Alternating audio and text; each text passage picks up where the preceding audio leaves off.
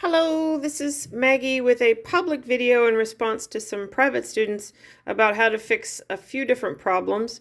When you're trying to practice aural tuning, you want to be able to just tune. You don't want to sit and fiddle with mutes back and forth unless you absolutely have to. So one of the problems is a loose tuning pin, and until we get it fixed, this is a temporary workaround. So if a center pin is not holding for you, you can pull out your temperament strip out from the middle here, from between the three courses of strings. You can mute off center right of one, center left of another, and then you've exposed the right string of one and left string of another, and that gets you to where you don't have to tune this center pin. The only catch is you have to remember when you're there, so I'm going to recommend using a Sharpie or a metallic Sharpie or fingernail polish to put on the pin so it reminds you, hey, tune this pin, and then you can sit and fiddle with your intervals and not have to fiddle with your mutes. Another person has a broken string, a couple broken strings, and this is going to be my similar response to fixing it, along with some things I'm about to show you.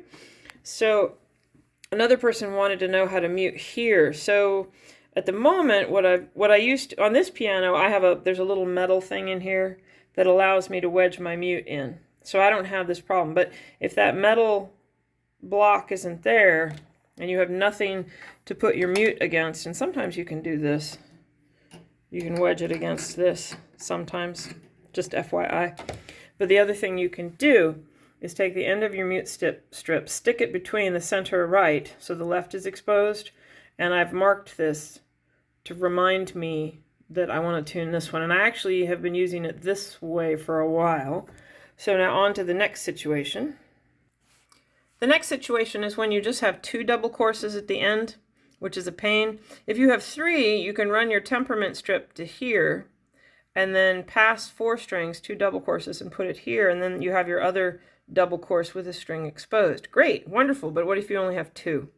Other than wedging a mute in to the hardware and hopefully a metal block, which is not on this one, you can go ahead and stick a mute between these two strings, two double courses rather.